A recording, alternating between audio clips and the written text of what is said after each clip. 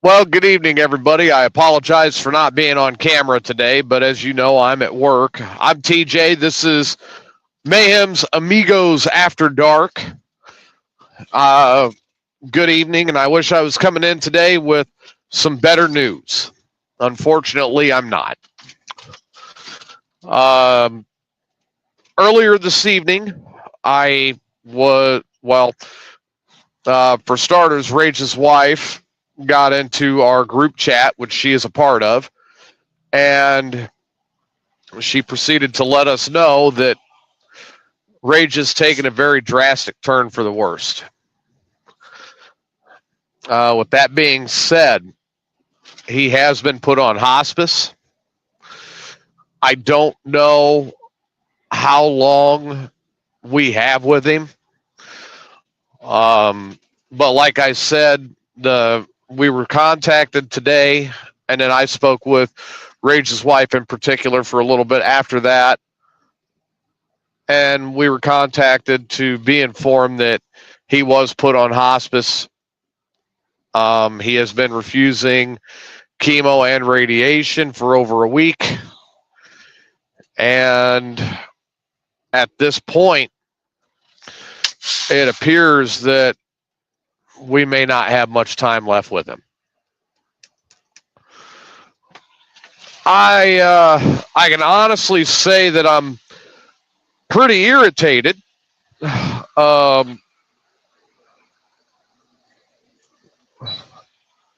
That, of course, all of this has been going on,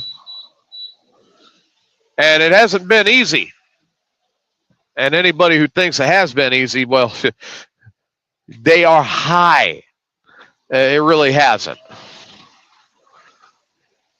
We, Rage and I have had our differences over the years, and that's no secret. But we've also been very good friends for a lot of years too. So to find out, essentially that, we're pretty much right there. This is it. I'm doing my best to deal with it in any way that I can at this point. I'm obviously kind of reeling from it a little bit. But the downside is, and the honest to God fact with it is, this has been coming for a while.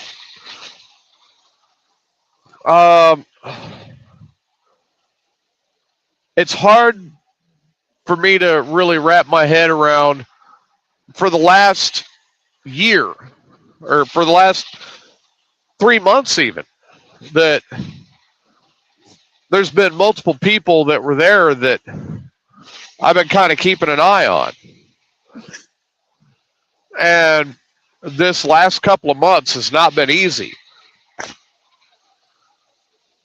Last couple of weeks has not been easy. One of my uncles, my grandfather, very good friend of mine, and now we've got Rage. I've been talking with Marvin's daughter quite a bit, and, she says Marvin is not doing well. So, we've got a laundry list of people that we have been watching here, that up to and including my own father, that we just,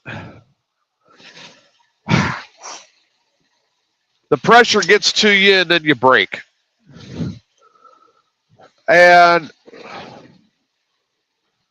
last night I kind of hit my breaking point, to be honest. I was at the memorial for a very good friend of mine here in Texas. Great family, probably one of the most wonderful people, and him that you'd ever meet in your life. His family just as great. And I tied one on, and I tied it on pretty good. Ended up taking a lift home because I wanted to sleep in my own bed. I wasn't driving, thank God, because I had that much to drink. So much so to drink that I had not even realized that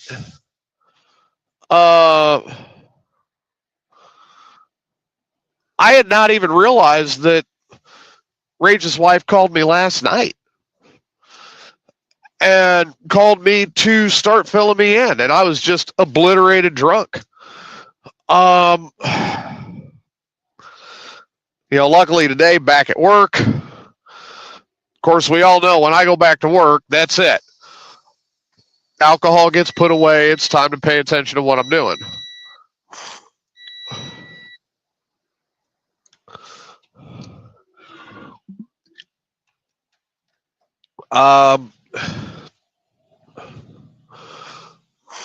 I got to be very honest about it. There's been there was some miscommunications that kind of gave me a shove right back into the single life, which in one way I'm kind of hurt by, because it was a complete lack of understanding or lack of communication. And on the other hand, I kind of look at it like, well, if you're really not going to you're not going to call and talk to me, you're not going to get an understanding, we're not going to discuss this, and you're just going to go that route, we really have nothing to discuss. And that's the long, the short, and the end of that one. You got to talk to me when I'm coherent.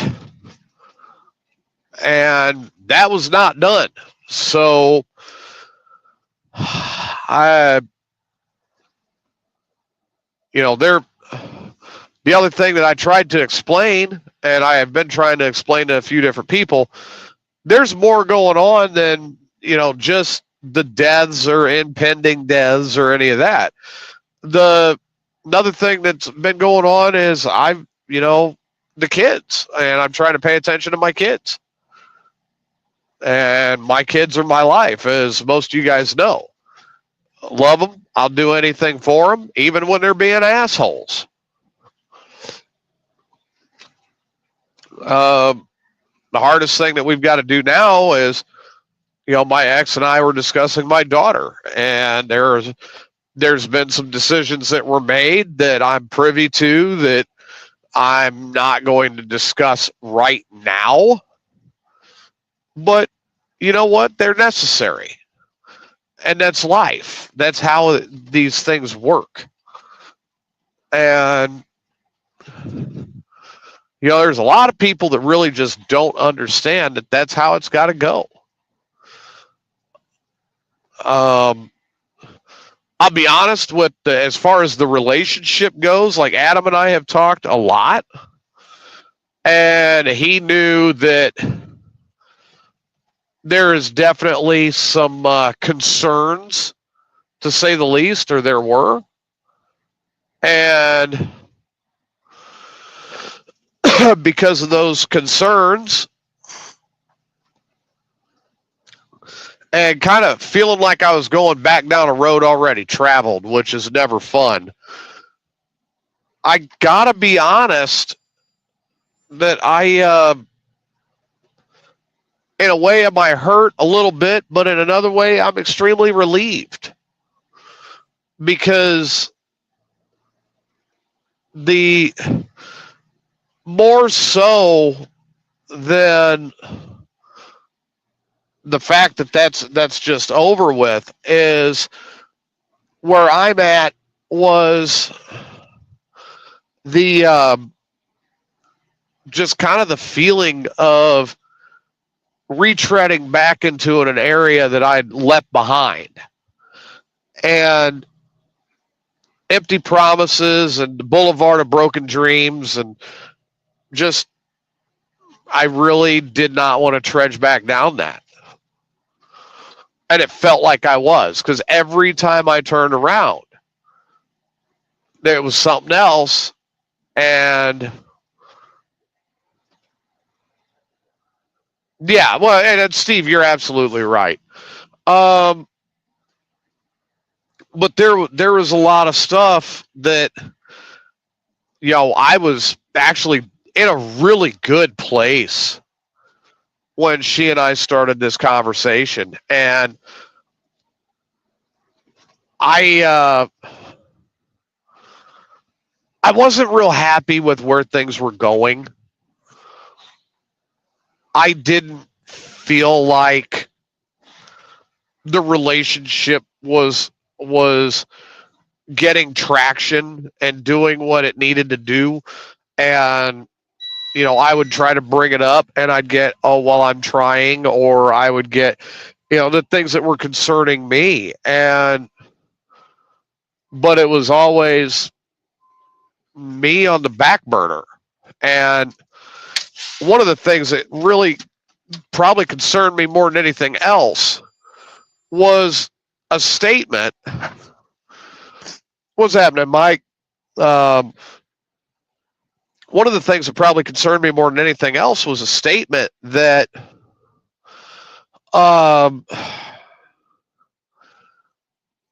we were trying to make something happen, but she did not want to go in and finalize a divorce. And I'm sorry. That just, to me, that raised probably more red flags than anything else out there. And that had more holes in it than an old ratty t-shirt. I mean, it really did. And I didn't like it. I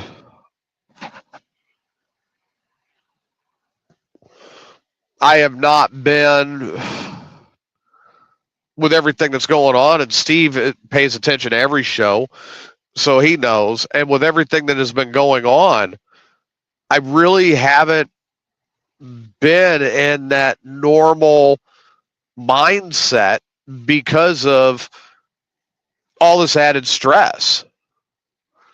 And I know it's not anything that anybody can say or do to help, but it is difficult. And it's just something I've got to work through on my own. Like Steve said, he says sometimes you have to work on you before trying to get into a relationship. Absolutely correct.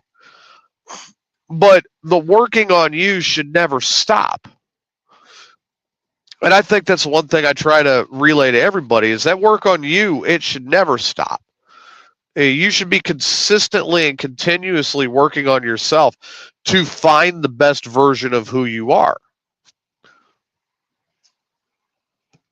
And you should grab a hold of that. You should make that a central focus. Like, I mean, Irene, I love Irene to death. And look at everything that she has done. And she's done phenomenal. And God bless her, keep going. I see that success, and that's a friend of mine, and I'm happy for that. And I'm genuinely happy for that. And that's not anything anybody can take away.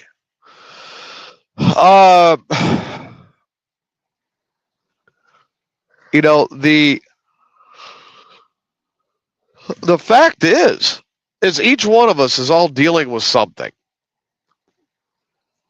My end, I've got rage in hospice, Marvin and everything that's going on, the multiple different deaths that I've had to deal with over the last couple of weeks.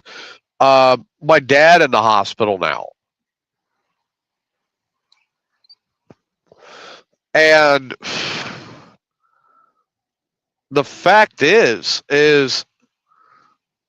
I'm trying to blow off the steam and get rid of it any way I can, because if I don't, then I'm going to end up hurting something or hurting myself, or there's going to be something that happens where I'm going to get careless. And I know it. So I try to get it out of my system.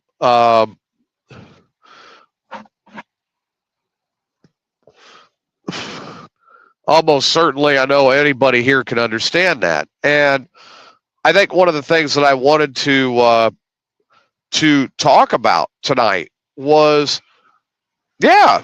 Well, I mean, when I get a chance, I do. I love to go play a round of golf. But one of the things I wanted to talk about tonight was, each one of you guys, what are some of your coping mechanisms? Let's hear from you. What do you do when the world comes down on you in such a way that you've got to find a way to unleash it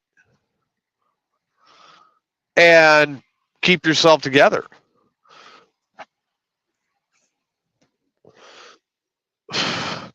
I'm very common for saying that if I am not, as Steve says, THC and a podcast, and Mike, I definitely appreciate the prayers. My dad actually told me a couple weeks ago that he doesn't expect to make it through the winter. And that's disturbing.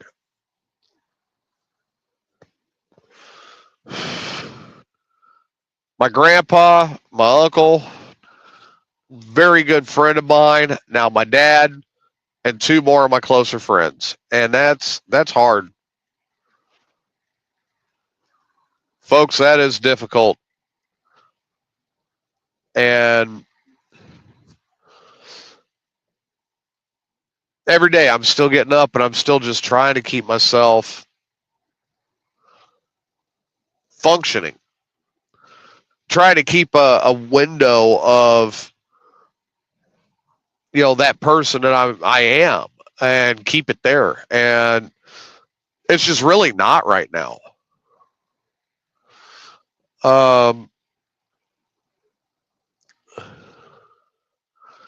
It is a tangled web that I've had to weave.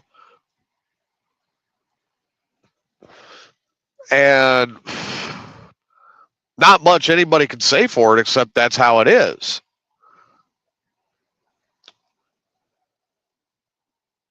And that's pretty much where we're at,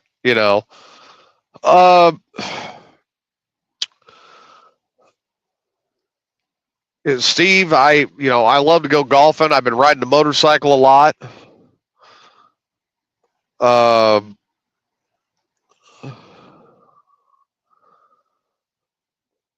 No, yeah, Steve, I appreciate that. Steve's telling me I'm doing a good job of it, and he doesn't think that he can handle everything that I've been going through, and you don't realize how much that's appreciated. I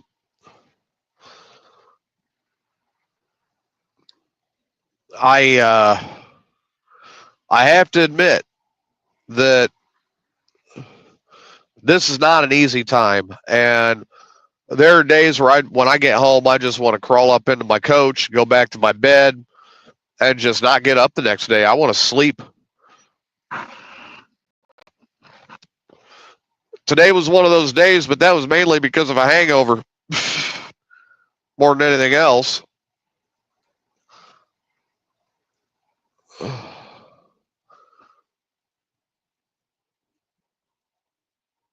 Ouch. So Mike says that his mom and dad both told him about the same thing that I heard. And it was 2 days after Thanksgiving that they both passed in 2005. And not a day goes by that he doesn't think about them and holds his head up and do what they would want him to do. And, there's a lot of truth to that. A lot of truth to that sentiment. In a lot of ways, I think with my parents, I was more of a disappointment to them than what they wanted.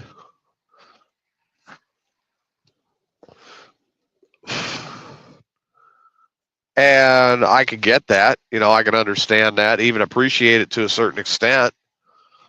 But I really do believe that in a lot of ways that was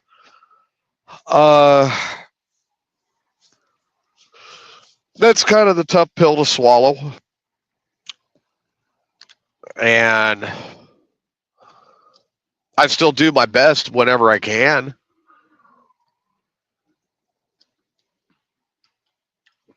But it's definitely a tough pill to swallow. So I do have some good friends that are around me. And I'm lucky to have my uncle down here right now because, man, that guy, he's right there with me in the whole war of it. And he knows what I'm dealing with. And we were both there. And granted, I was at work when Grandpa passed, which I tend to be at work a lot. But, we're both reeling from some stuff, and it's not easy. And it's nothing anybody can do about it. That's the hard part. Everybody has their own individual things that they have to deal with. And it's not easy at all.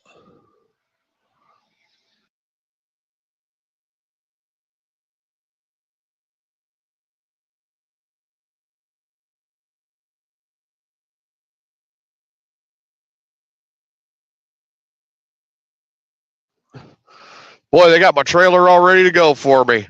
Ha ha! I might be able to get out of here in a decent hour and take my half-hour break and head on back. If I can get back tonight, get everything hooked up or unhooked and ready to go when I get back, then that'll be a win, and that'll be a mark in the win column.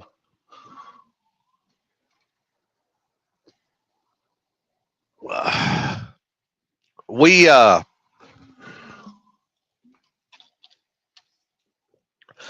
have good habits and we all have bad habits for coping. We all know that. Probably my worst habit is drinking. I love to turn to the bottle when shit like that happens, and the unfortunate side is I know it. And what's even more unfortunate is knowing it, I still do it.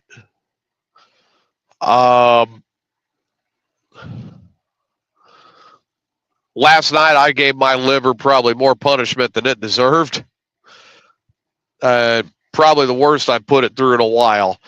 And I needed the break.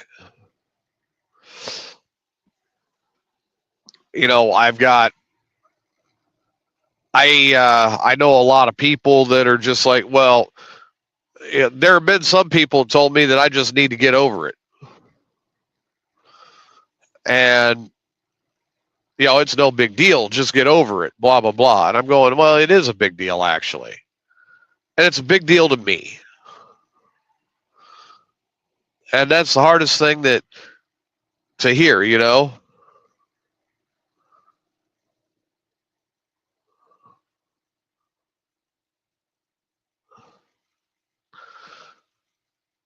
Yeah, Mike says that he used to do that, and then he once got to a point that he couldn't stop, so he had to give it up. He hadn't drank since 2009. And I've been there where it got a little bit too much control, and then I quit for a while. And now I can take it or leave it. Life is life. And that's what I want more than anything else, is I just want to live and enjoy my life. And that's still there.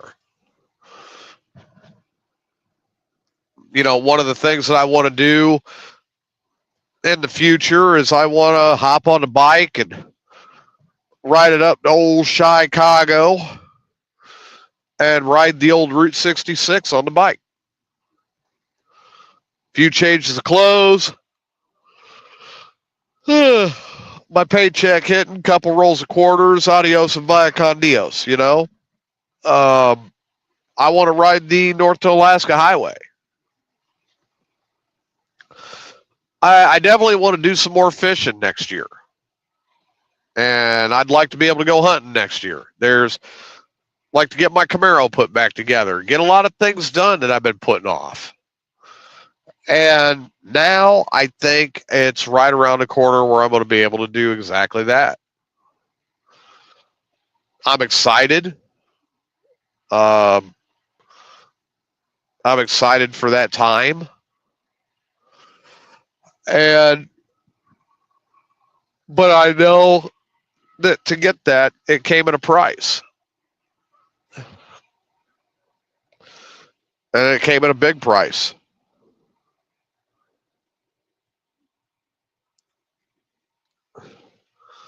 So that's some of the things that we've just got to deal with. I know people that deal with severe depression all the time, and they have their ways of dealing with it. And I mean, I'll tell you what, kudos to them, because let's face it, that is one of the single most difficult things that you can deal with on a day-to-day basis. It is just getting up and having that depression. And yeah, I can say that, yes, I deal with a lot, but thankfully, the depression now is not it's not as big of a factor. I do know that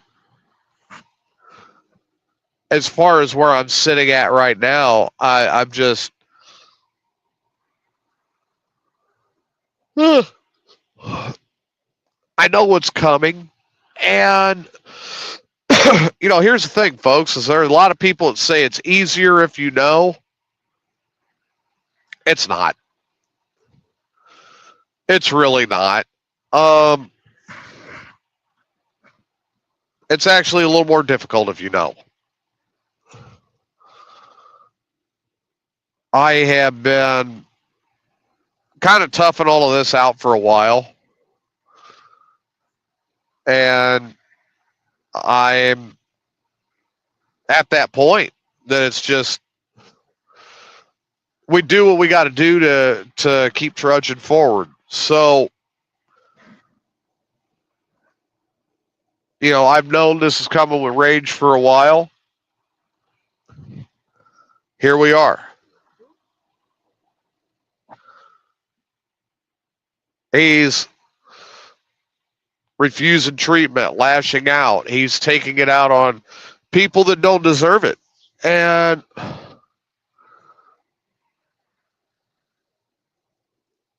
I don't want to go that way.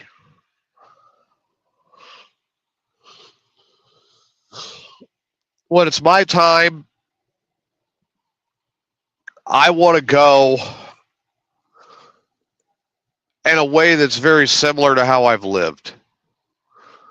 Enjoying life and living it every day.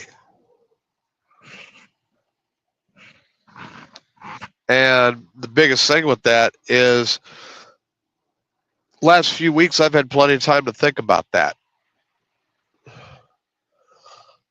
It has not been easy. And it has not been real pleasant. I've got probably the greatest fans on the planet. You guys, this is one of my hobbies, and you guys make it so worth it, jumping back up, getting back on. And, enjoying bringing you a program every day. I mean, I do truly enjoy that. I was expecting Chris by now, and I don't have him. And Adam is sick. Irene's probably sleeping, and I'm still working. So, when I've got the gang all together on Sunday, we will team up, and we'll all go into this a little more detail. But in the meantime, I want to thank every one of you for tuning in. I know it's a short show tonight, but there's a lot going on. Thank you for being with me tonight, and we'll see you on Sunday. Oh, wait, there's Chris. Oh, look at that. Would you look at that? I was trying to make it here. Fuck. Everybody around this fucking town wants to drive 10 miles an hour. There's Lori. She said, I was, actually, since you're on, I guess we'll go ahead and keep going because I've got to get hooked up and everything too. I've got my trailer. What have I missed so far? Well, I was kind of talking about everything that's been going on. You know, last night I I finally pulled the trigger to go blow some steam off, and I did it probably in a way I should not have done. And I wasn't just drunk, I was obliterated. Right on. Oh, dude, like, no, I couldn't even walk. I kept falling down. That's always fun. I was falling down drunk. But yesterday was a hard day too because that was my buddy Kenny's memorial, and that's never easy. No, you know, so Mike and Steve and I, and then Lori's here in the chat room tonight too, and we were all just kind of talking about different things that you can do to, as far as coping mechanisms go, when you're dealing with a lot of the shit that I've been dealing with, like my grandpa, my uncle, my buddy here, you know, Rage on his way down the toilet now, as you saw in our private chat today. Yeah, were we talking about that at all tonight? Yes, I have brought it up. Because, Rage, I love you, brother, man. Stick with us for a minute. Yeah. I mean, I don't know from personal experience, but I heard that shit really, really sucks. But I love you, brother, and I'd love to hang out with you at least once in this lifetime. Well, according to what I have been told, he is refusing treatment. He does not want it again. He is on hospice.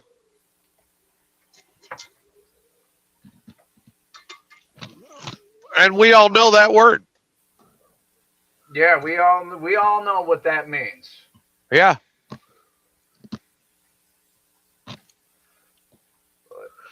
Hospice is the end is near. Yes. And I'm not liking that. You know, I've got Marvin that I'm dealing with. He's taken a turn. I knew a guy that was on hospice for 3 years. So I mean, you can say it's the end of days, but no one ever really knows when the hour is up.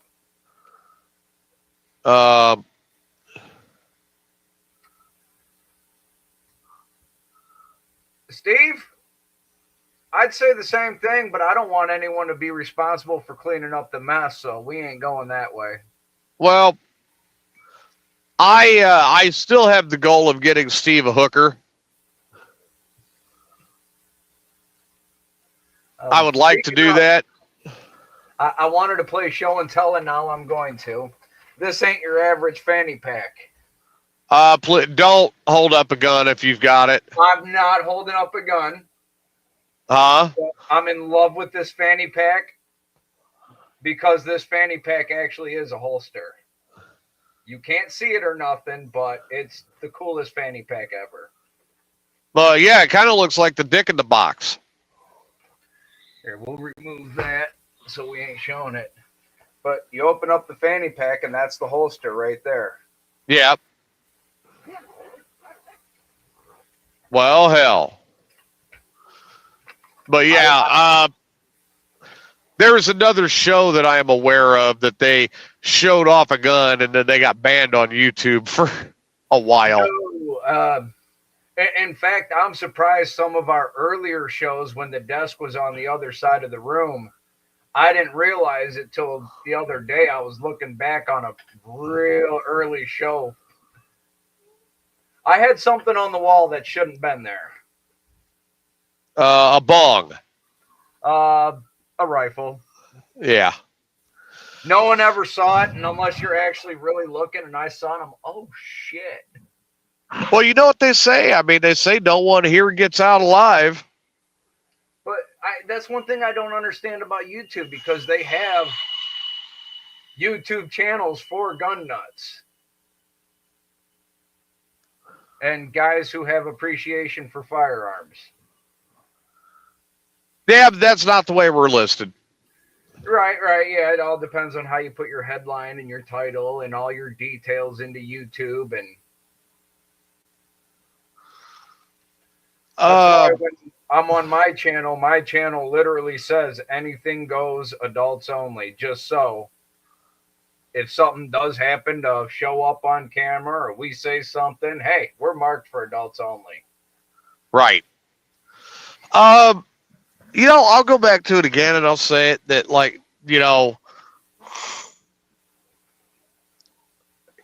some people, they really cannot take a joke. The girl in Indiana, crash and burn. The one you were dating? Yeah, well, that's it. That's over.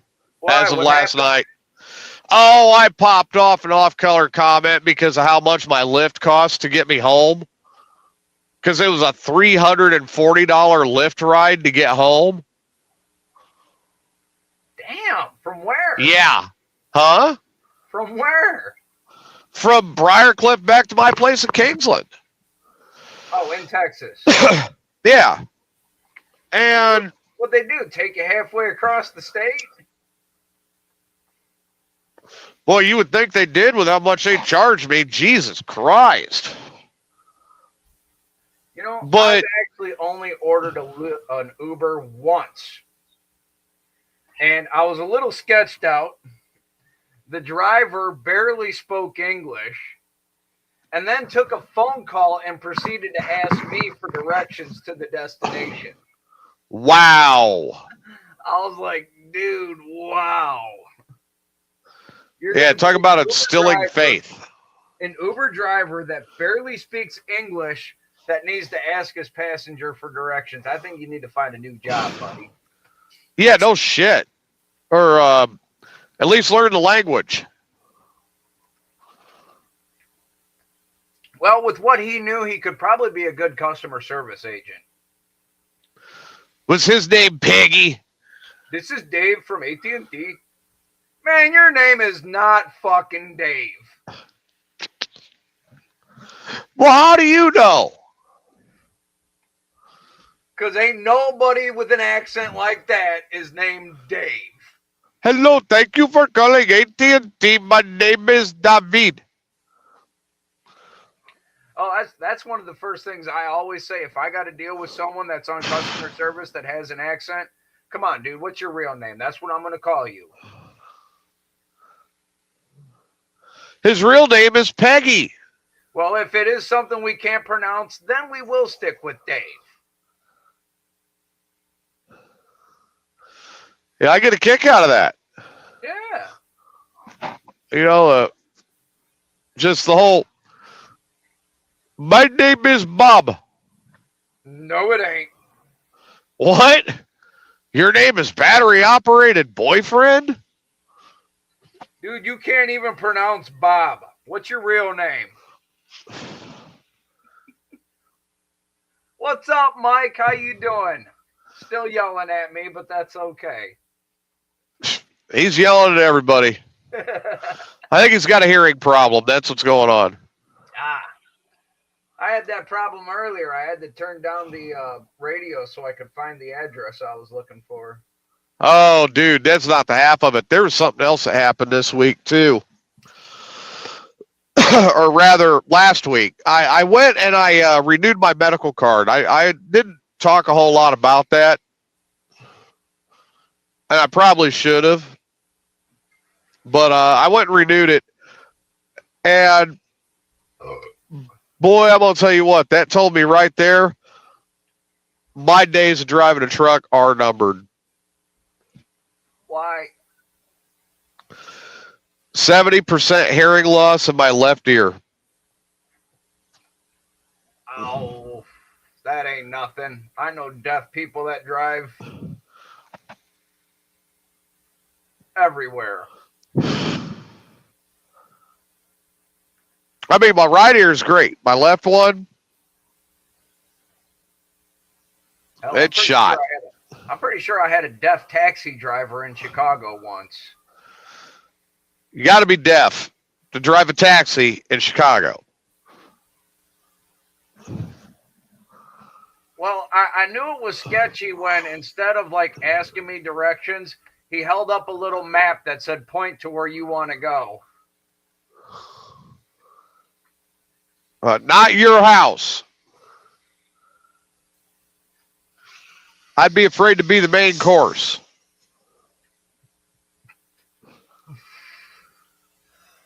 And I would be saying that to the taxi driver. Yeah. Daily Center.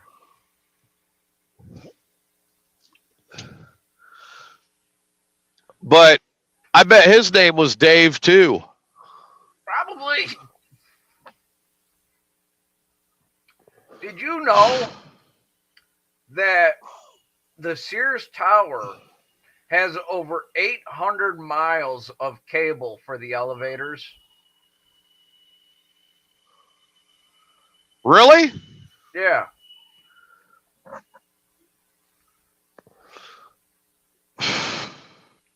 Dude, I'm going to tell you what. One of the things I know I'm going to do today is on the way home, I'm probably going to pull over and get this truck set up and take myself about a half-hour nap. Well, Mike, I had an opportunity to DJ in a real club, and some people told me I was really smart for turning it down, and some people told me I was an idiot for turning it down. Depends on what kind of club. It was a strip club. You were smart for turning it down. I know I was smart for turning it down because I'm going to spend 6 hours playing music that I don't want to hear. Watching the same thing over and over and over again. Yeah, watching a girl dance naked who I'm never going to touch. And then I got to go home at 2 a.m., make it home at 3, smelling like a French whorehouse. Yep. And, yeah, I know better. I think one of the fun times I had, though, when I was working in the strip bars was the one dancer that walked up and proceeded to inform me that she owned me and I did what she wanted when she wanted. And I proved a point, and I made her dance to Barry Manilow. You want to see something funny? Watch a stripper trying to dance to Copacabana, man. Oh, my God. See, now, if she tried to come up to my DJ booth and tell me something like that, I own you and you're going to play this. Bitch, I own you and you're going to dance to this. And that's what I did. Wherever you're here, this is my house. You don't pay me to be here. The club does. Right. And that's what a lot of people don't understand is, I mean, DJs have to actually take that route in places like that and do things like that because that's the only way. Look at the people we got to deal with. I mean, I'm telling you right now, a stripper on the rag, you're having a bad day. Yeah. Oh, I'm sorry, but the worst DJs, or the DJs that have it worse, are the ones that do weddings. Did that too. I can't do weddings. Nope. I've done the chicken dance and the hokey pokey one too many times. Hey, then it's probably a good thing that you're never around McMurray. You know he's all about that He chicken likes to dance. put his foot in and takes his left foot out. He was all about that chicken dance What's now. that thing all about? Good old I think McMurray. the last time I did the hokey pokey, I'm hoping it will be the last time for my life, because Psycho Stick was on stage singing it and I was in a go-go cage dancing it. You were in a go-go cage. And no, you will not find video of it anywhere, but it really did happen. Really? Damn, what's Yes, his name? I was dancing the hokey pokey in a go-go cage for Psycho Stick.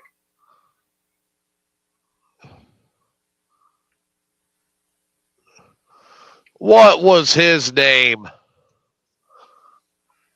Oh, God. Alex, Rob, and Matty Moose. Matty Moose is my friend. Yeah, Maddie. I wonder if Maddie's got that video. Nope.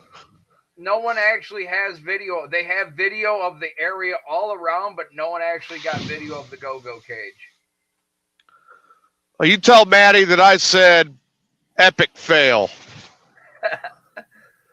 It was a good time, Mike. Because I would love to have that video just so I could show it during a show. And speaking of weird, crazy, fun, loving, good time bands, Primus is holding open auditions for a drummer. Really? Yeah, so if you or anyone knows that you know plays the drums, tell them to send a demo to Les Claypool. Well, I play drums, but my kid is in Illinois and I am in Texas. Yeah, skin drums don't count. No, I play a Mapex Saturn Pro Series. Really? Yes, I do. I did not know TJ plays drums. Vintage 1973, the Birch Edition. Ooh. Very beautiful kit. And it's one of the rare ones, and even the snare matches the rest of the kit.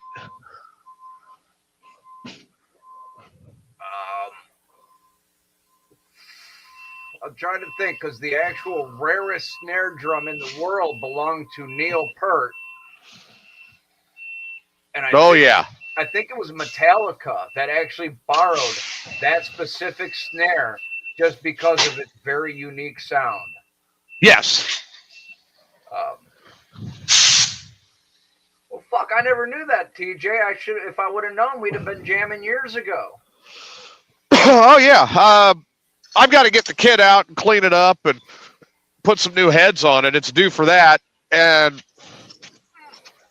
But I've got to get it down here. Speaking of heads, hold on. I got my latest art project.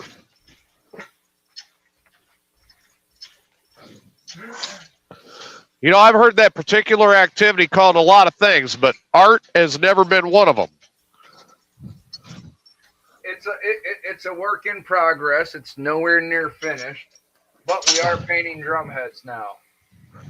Oh, you are? Yeah, check it out. Well, here, give me a second. Oh, not bad. Had to look up from down on the ground because I'm hooking the trailer up. Yeah, it's a bass drum head, that skeleton on top. There's going to be two more going down the middle, straight down. And after that, it'll get a layer of clear coat. And hopefully we'll auction it off or raffle it or something to raise money for Asgard. I hope so. I really do. I hope so. Because we got. You have to bear with me as I'm getting everything cleared so I can leave. We kind of got to figure shit out, because the only money that's really in the Asgard is what me and Jim have put in there. The one fundraiser we had, after paying the bands, we broke even. I think we made like $50. Ouch. Which it was kind of expected, but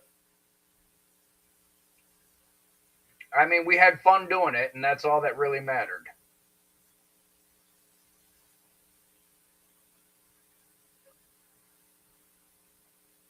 Granted, it would be nice to be able to raise some money for the Asgard to be able to do more for some of these bands and shit. We have another plan. Next July in Cadott, Wisconsin, we're going to be volunteering at Rockfest. Because when we volunteer at Rockfest for the organization, they will give our organization a donation afterwards, plus we'll get free tickets for all of us. So, TJ, Jim, Stacy, Johnny, myself, hopefully we'll all be at Rockfest in Cadott, Wisconsin next July.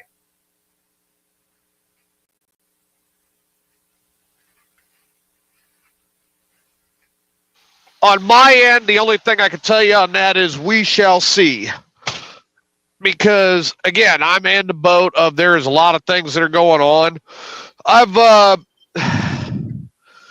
got to be honest, dude, with everything that's happened here the last couple of weeks and dealing with all the bullshit that I've been dealing with, I actually made a decision that I'm going to start trying to put into practice after the first of the year.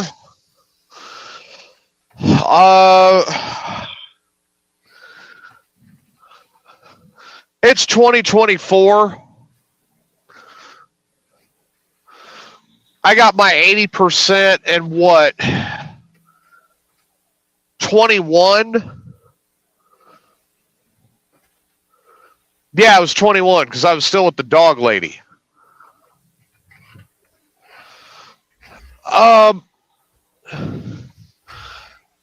What I'm going to do, I'm going to hire a lawyer and get in there with my doctor and see if we can bump the percentage up based off of my back. And if I can hit 100%, get the lawyer to get it set up where I'm going to draw the Social Security at the same time. You know, I've been at it forever. You know what I mean? Right. I'm ready to live and enjoy my life. Well, and I've had a couple people say that to me, you know, with my foot and my back and my neck, and now I'm 42 years old and I'm going to walk with a cane for the rest of my life. What the fuck am I going to do? But I can't do the disability thing because it's just not in me. I paid into it. And it's probably going to be the only way I get my money back out of it. Right. And that's kind of where I'm at with it. I mean, I truly am fucking disabled. I broke my neck and then walked away. If that ain't fucked in the head, I don't know what is. A hooker that took one to the face? Because I guess that'd be fucked in the head, wouldn't it?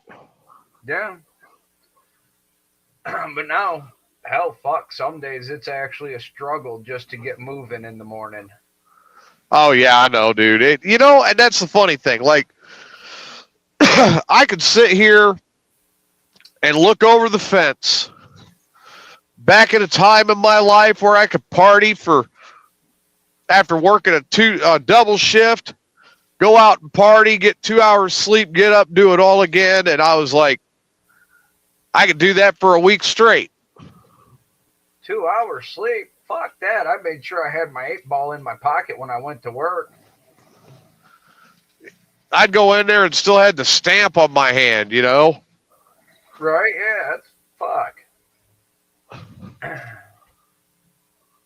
Hell, I went in there wearing the clothes I went into the club with. I still smelled like the fucking club. Nah, what's real bad is when you go to work when you're done partying at 4, you go to work at 6, and about 7 or 8, the cocaine wears off and the alcohol is just, fuck you, dude. No, I think the worst one I had to deal with, I was still doing securities as safety, fire, and security at Mitsubishi. And we wound up at the ambulance sucking down pure oxygen to get past the hangover so we could all function that day. And we ran a couple IV bags, and there you go. We were over playing cards, and one thing that's weird about Kentucky down here, the first time I went into the Legion, and had a drink and shit, and I told the bartender, fuck, what are you drinking? Let's have one. We're not allowed to drink while we're working. Oh, yeah. And we were talking about it earlier tonight. I found it really weird because in Illinois, there was a couple of times where the drunkest person in the bar was the fucking bartender. Yeah. No, it's a dram law. They've got it down here in Texas, too. I mean, when I worked at the bar, I was required to drink only because if a customer asked about a specific whiskey, I had to give them my own personal honest review. And I like most whiskeys.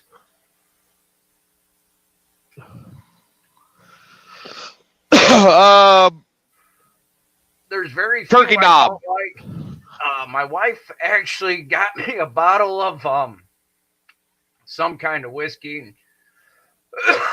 My brother-in-law drinks it, and he says it's good shit. I took one shot of it, and I looked at my wife, don't ever fucking buy this crap again. Maker's Mark. No, it was actually, I think, Kentucky Gentleman. Okay, here you go. Corey said, I can barely read this because I'm driving. I knew a medic from back home on the rescue squad. A bunch of them were going for their dive test. He was blackout drunk when they left. He started an IV, and 2 bags later, he was sober and good to go. Yep.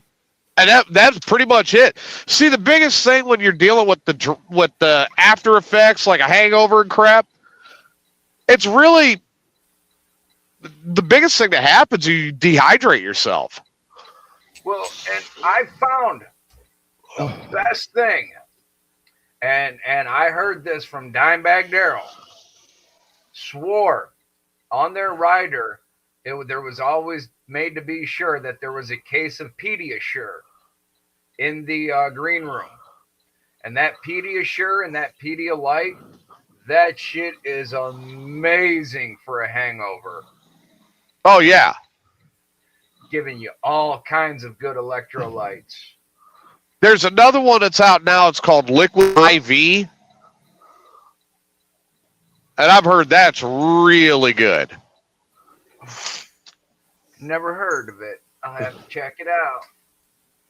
Of course, I know a lot of people now that swear by pickle juice. Oh, yeah, dude. I keep a jar of pickle juice, but not for hangovers. For cramps. For cramps, really? Yes.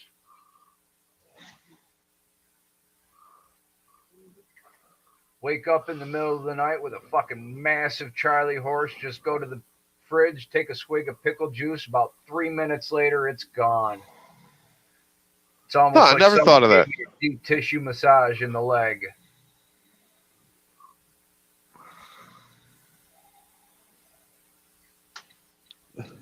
You know, and I used to laugh at older people that would tell me about these things, but now I'm like, you know, I'm sorry I laughed, but thanks for the fucking tip on getting old.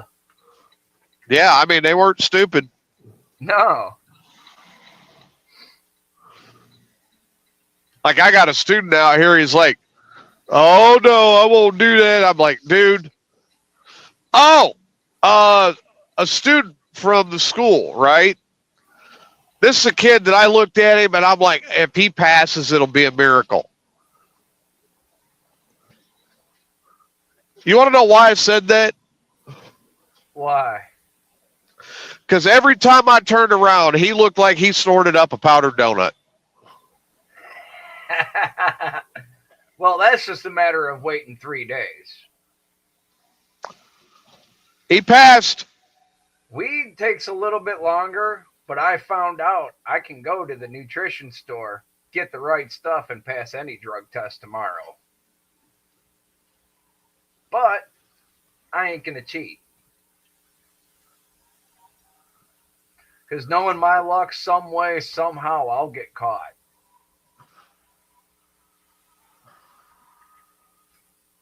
Well, but yeah, I guess it's all about what kind of what kind of vitamins and what kind of antioxidants you put into your body to actually push other chemicals out of your system. Oh, yeah. Well, just whatever you do, for me, please do not, you know, do an oil change.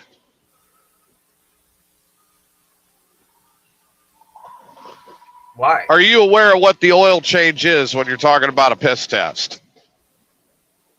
Oh, yeah, no. I ain't getting nothing put up my butt. Huh? Ain't that getting something stuffed up your butt while you pee? No. Oil change, you have to run a hard plastic tube up your urethra. No, thank you. Then you drain your system. Yeah, no, thank you. And then you pump the clean pee back in through the tube.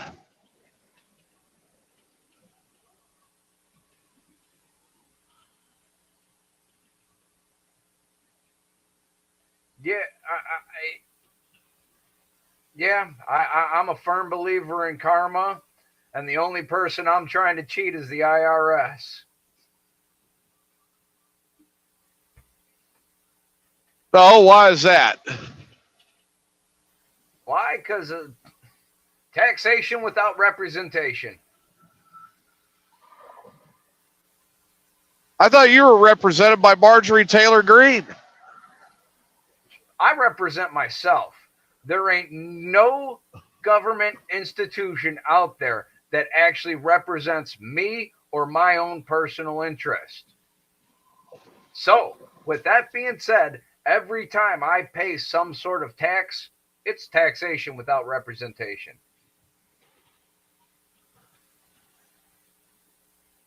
Well, we're dealing with that a lot. Corey says, nope, he's not doing an oil change. No way. Nope. No, thank you. Those 2 holes are exit only. So you got a kidney stone and they have to run a hard rubber tube up your urethra. Yeah, no, I'll suffer. What was it they said to do for kidney stones? Eat asparagus and ride a roller coaster.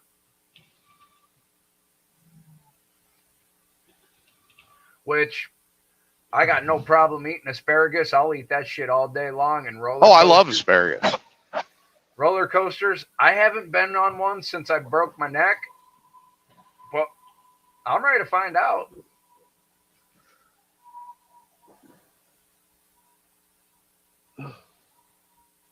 Fat 420 says, best thing about a dead hooker, second hour is free. Yep. Second hour, shit. Rest of the night.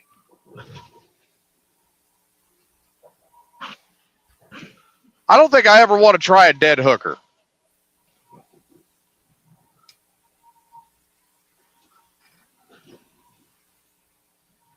Because breathing and heartbeats to me are not options. Yeah, the only things I prefer the only things I like that are dead are on my dinner plate. Right. And ain't none of them human. Well, good. At least I know you're not Hannibal Lecter. No. But, fun, interesting fact. Did you know that cannibalism technically is not illegal as long as both parties give consent?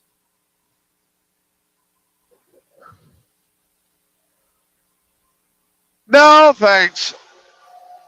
I have a Hatcher party in Kentucky next year. My one wants to go.